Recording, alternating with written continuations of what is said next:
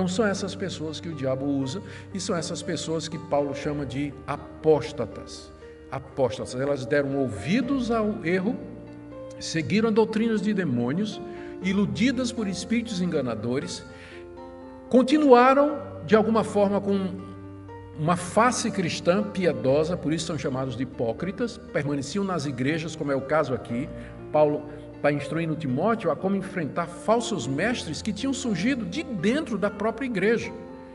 Então, pessoas que vinham com um discurso piedoso, espiritual, mas na verdade eram mentirosos que já tinham sua consciência cauterizada.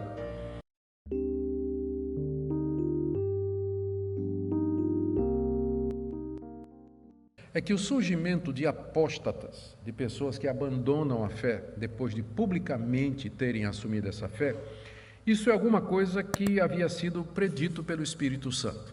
Veja o verso 1. Paulo diz assim: ora, o Espírito afirma expressamente que nos últimos tempos alguns apostatarão da fé. Paulo está dizendo aqui que essa informação de que nos últimos tempos alguns vão apostatar da fé é alguma coisa que é expressamente, quer dizer, claramente, com urgência, declarada pelo Espírito Santo. O Espírito Santo declara, o Espírito Santo afirma que surgiriam ou que surgirão apóstatas nos últimos tempos. Paulo aqui pode estar se referindo a uma revelação particular que ele teve, que o Espírito Santo revelou a ele o surgimento de falsos profetas dentro das igrejas e durante todo o período que a gente chama de últimos tempos. Ou pode ser que Paulo esteja se referindo à declaração de algum profeta cristão, que disse assim, diz o Senhor, vão se levantar falsos mestres e apóstatas de dentro da própria igreja, que vão tentar corromper a verdade. Mas o mais provável é que Paulo está simplesmente repetindo a orientação ou a advertência que o próprio Jesus fez no sermão escatológico que está lá em Marcos capítulo 13, verso 22, quando Jesus Cristo disse: surgirão falsos cristos e falsos apóstolos, falsos mestres e profetas, fazendo sinais e prodígios e, se possível fora, enganando os próprios eleitos. Então, é mais provável que Paulo esteja baseado nas declarações do próprio Jesus, no seu sermão escatológico, quando Jesus falou das coisas que haveriam, os sinais que haveriam de marcar a sua vinda, ele falou do surgimento de falsos cristos, de falsos apóstolos, de falsos mestres, de falsos profetas. E Paulo então está se referindo a isso. Como Cristo era cheio do Espírito Santo e ele falava pelo Espírito Santo, Paulo então aqui diz: o Espírito, através de Cristo, o Espírito que estava em Jesus Cristo, expressamente afirma o surgimento desses apóstatas durante esse período que nós chamamos de últimos tempos. E aqui isso imediatamente me leva para o segundo ponto. É que essa apostasia, portanto, era alguma coisa que caracterizava os últimos tempos. Como ele diz aqui, o Espírito afirma expressamente que nos últimos tempos alguns apostatarão da fé. Para alguns estudiosos, ou para algumas pessoas que leem a Bíblia, o crente, quando lê a Bíblia, às vezes até superficialmente, desavisadamente, ele pensa que últimos tempos, quando aparece essa expressão, está se referindo àqueles dias que vão anteceder a vinda de Jesus Cristo. Aqueles dias que vão, onde tudo de ruim que a Bíblia está predizendo vai acontecer, antecipando a chegada gloriosa do Senhor Jesus. Mas a verdade é que o último tempo, os últimos tempos na teologia bíblica do Novo Testamento, se refere ao período entre a primeira vinda de Cristo e a segunda vinda dele. Nós já estamos vivendo os últimos tempos há 2000 anos. Foi marcado pela vinda do Espírito Santo.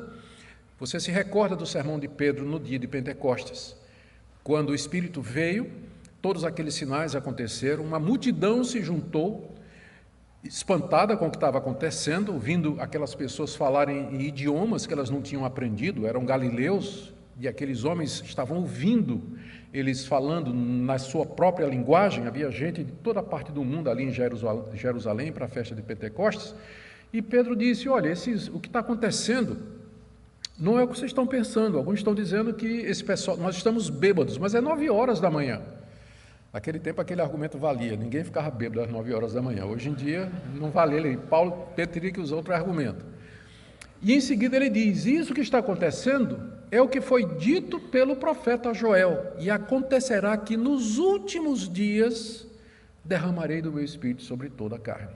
Ou seja, Pedro está dizendo que os últimos dias foram inaugurados com a chegada do Espírito Santo no dia de Pentecostes. E você vai ver que essa é a linguagem consistente de todo o Novo Testamento, onde os últimos dias são chamados às vezes de fins dos séculos, a última hora. Veja, por exemplo, João na sua primeira carta, ele diz assim, filhinhos, já é a última hora. E como é que nós sabemos que é a última hora? Porque muitos anticristos já surgiram. Eles saíram de nós, mas não eram dos nossos. Mas para que ficasse conhecido de que eles não eram de nós, por isso é que eles saíram. Então João chama de a última hora, o próprio Paulo se refere fins dos séculos, ou então últimos tempos. Então isso é importante deixar claro, nós estamos vivendo os últimos tempos há 2000 anos. Por que é chamado de últimos tempos? Porque é o último período da história desse mundo como nós conhecemos, porque quando Cristo voltar, vai se encerrar a história desse mundo. O mundo como nós conhecemos, na vinda de Cristo, ele será interrompido e será transformado. Nós estamos vivendo a última etapa da história da redenção. Por isso que é chamado de últimos tempos, fim dos séculos, a última hora. E uma das características desse período, que é entre a vinda de Cristo, a primeira, e a sua segunda vinda em glória, é exatamente a presença de apóstatas na igreja. Pessoas que um dia professaram publicamente a sua fé, mas que então se voltaram contra essa própria fé que um dia eles professaram. Isso marcará todo esse período, de acordo com o que Paulo está dizendo aqui. É isso que nós então aprendemos em segundo lugar. Eu disse que eram 5 coisas. Primeiro, a apostasia já havia sido predita pelo Espírito Santo, através do nosso Senhor. Segundo, ela é característica dos últimos tempos, não vai ter como, por mais que a gente lute, não vai ter como impedir a continuidade da apostasia. E a terceira coisa que Paulo nos diz aqui, que está aí ainda no verso 1, é que essa apostasia ela tem origem satânica. Veja os termos que Paulo usa aqui no final do verso 1. Depois de dizer que alguns apostatarão da fé, Paulo diz que eles farão isso por obedecerem a espíritos enganadores e a ensinos de demônios. Espíritos enganadores, nós deduzimos então, é uma referência de Paulo a demônios que têm como propósito e objetivo enganar as pessoas com mentiras a respeito de Deus, a respeito de Cristo, mentiras a respeito da salvação ou qualquer outro ponto central da revelação bíblica. Eu sei que tem pessoas que pensam que a principal atividade dos demônios é tirar o emprego das pessoas, deixar as pessoas doentes, acabar casamento e uma série de outras coisas. Eu não estou dizendo que os demônios não fazem isso, mas tem uma coisa muito pior que eles fazem, que é enganar as pessoas com o falso evangelho.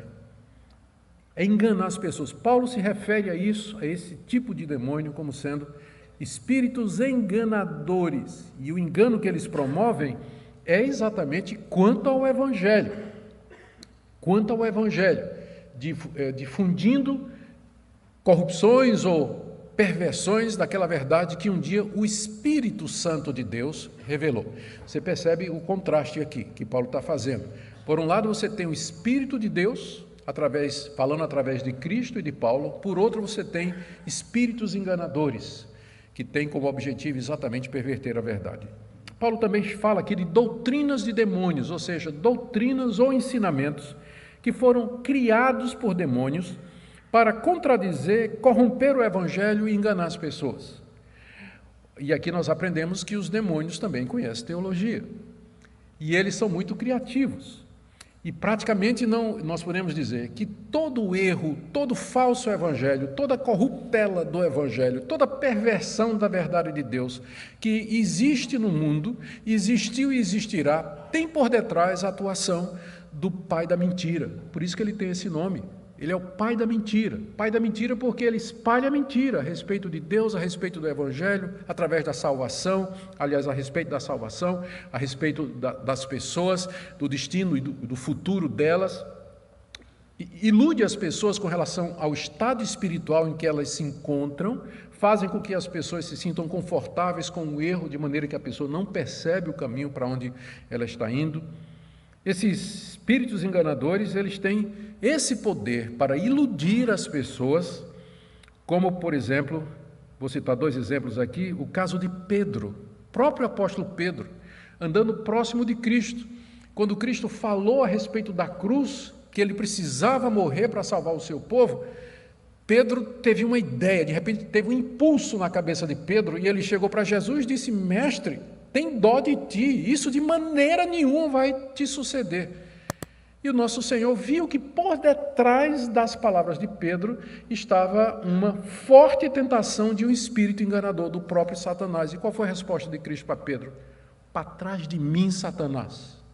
Jesus na hora viu de onde vinha o erro de Pedro, exatamente dessa opressão. Então mesmo uma pessoa como Pedro, ainda que momentaneamente, ela pode ficar debaixo desse tipo de sugestão, dessa ilusão, dessa mentira que Pedro acreditou e queria passar para Jesus. O caso mais grave que nós temos, que podíamos citar aqui, é o caso de Judas, que durante 3 anos andou com Cristo, publicamente reconhecido como um dos 12 apóstolos de Cristo, que fez sinais e prodígios em nome de Jesus, juntamente com os demais 11 apóstolos. Mas o texto de Lucas e o texto de João, esses 2 evangelhos, nos dizem que na noite que Jesus foi traído, Satanás entrou em Judas. Satanás entrou em Judas.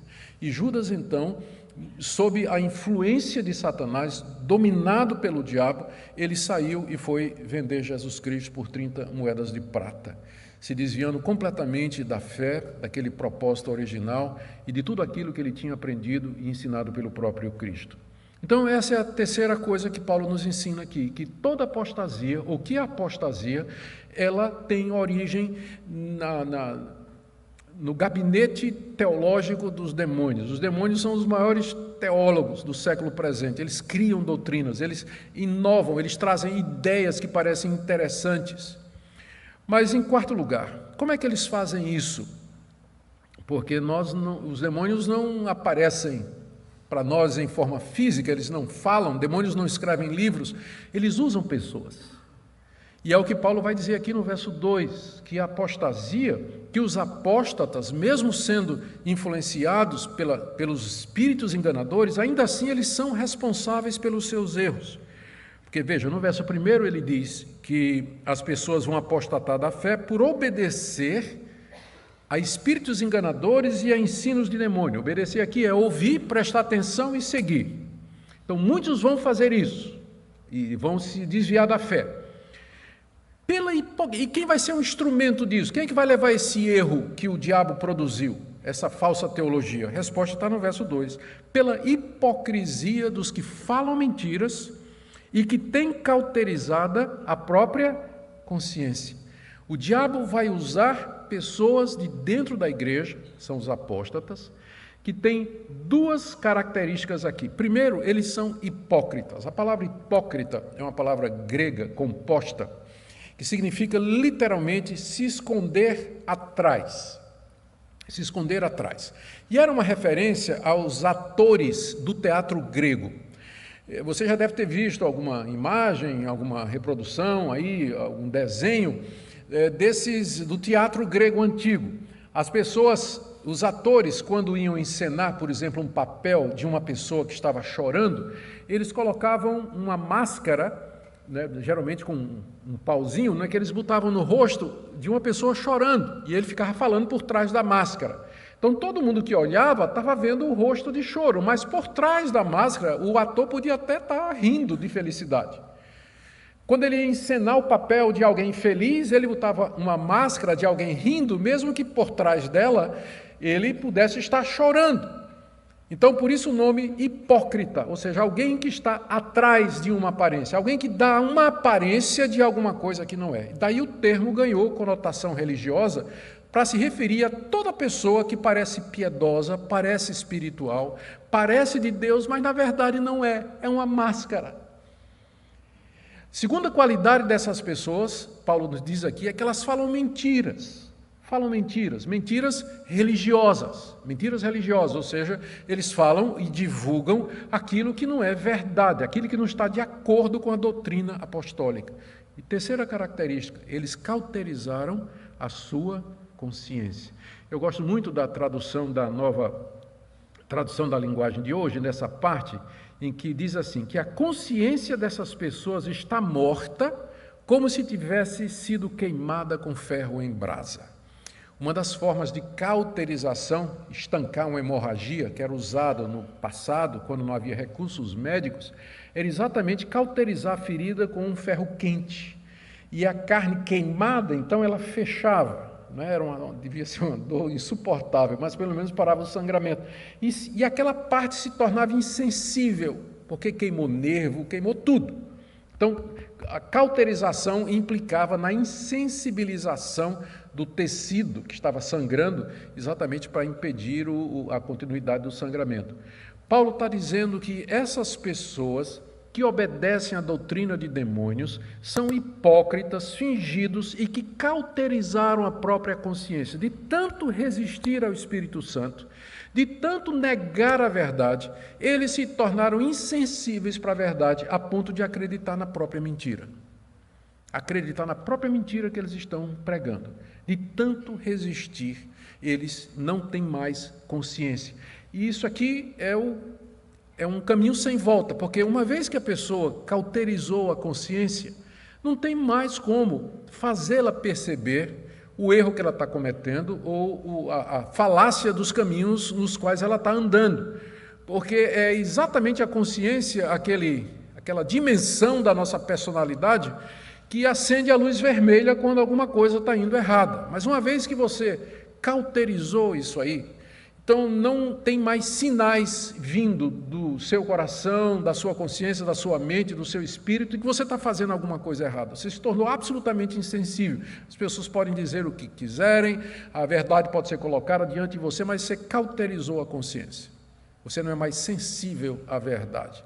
Então são essas pessoas que o diabo usa e são essas pessoas que Paulo chama de apóstatas. Apóstatas, elas deram ouvidos ao erro, seguiram doutrinas de demônios, iludidas por espíritos enganadores, continuaram de alguma forma com uma face cristã piedosa, por isso são chamados de hipócritas, permaneciam nas igrejas, como é o caso aqui. Paulo está instruindo Timóteo a como enfrentar falsos mestres que tinham surgido de dentro da própria igreja. Então, pessoas que vinham com um discurso piedoso, espiritual, mas na verdade eram mentirosos que já tinham sua consciência cauterizada. E note que Paulo os responsabiliza pela sua apostasia. Embora ele tenha admitido no verso 1 de que a apostasia tem origem na atuação de demônios enganadores, isso não exime os enganados da sua própria responsabilidade. Eles são chamados de hipócritas e de faladores de mentira e responsabilizados por terem cauterizado a consciência. Quem cauterizou a consciência deles não foi nem Deus e nem foi o diabo, foram eles mesmos, de tanto resistir à verdade e seguir e querer seguir o erro por vários motivos. Há muita motivação para a apostasia. Ganha poder, recursos financeiros, prestígio, há diversas razões pelas quais os apóstatas fazem o que fazem, várias delas são mencionadas aqui. Em Hebreus 3:12 somos advertidos: tende cuidado, irmãos, para que nunca haja em nenhum de vós um coração mau e incrédulo que faça afastar-se do Deus vivo. Aqui, vemos a clara exortação a não apenas preservar a nossa fé, mas também a cuidar uns dos outros, vigilantes contra a sutil influência que pode nos desviar do caminho da verdade. O perigo da apostasia não é um conceito novo. Nas Escrituras, encontramos diversos exemplos de pessoas que, após uma fase de fervor espiritual, abandonaram a genuína fé. Em 1 Timóteo 4:1, Paulo nos alerta que nos últimos tempos alguns apostatarão da fé, dando ouvidos a espíritos enganadores e a doutrinas de demônios. É um aviso claro de que, Conforme os tempos avançam, a traição à fé cristã se torna uma realidade mais presente. A apostasia muitas vezes não acontece de uma forma abrupta. Ela pode ocorrer gradualmente, sutilmente, como um deslizar em um terreno escorregadio. Pode começar com pequenas dúvidas, com a aceitação de ideias que contradizem a palavra de Deus e que, a princípio, parecem inofensivas. Em Tiago 1,14, lemos que cada um é tentado quando atraído e engodado pela sua própria cobiça. Assim, precisamos estar alertas às nossas próprias fraquezas e tendências que podem nos levar a nos afastar da verdade. Um dos maiores perigos da apostasia é que ela pode ser acompanhada de uma falsa segurança, pois aqueles que abandonam a fé muitas vezes ainda têm uma aparência de religiosidade. Como advertido em Mateus 7,21, nem todo o que diz Senhor, Senhor entrará no reino dos céus. Esse engano é trágico, pois leva as pessoas a acreditarem que estão em comunhão com Deus, enquanto na verdade estão longe dele. Precisamos, portanto, examinar nossas próprias vidas à luz da palavra e avaliar se a nossa fé se baseia em Cristo ou se estamos apenas seguindo tradições ou práticas religiosas sem o devido entendimento.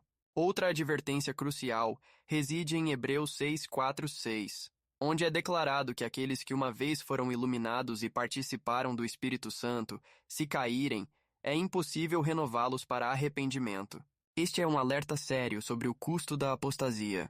A oportunidade de voltar à fé não deve ser considerada garantida, pois a rejeição consciente da verdade leva a um endurecimento do coração.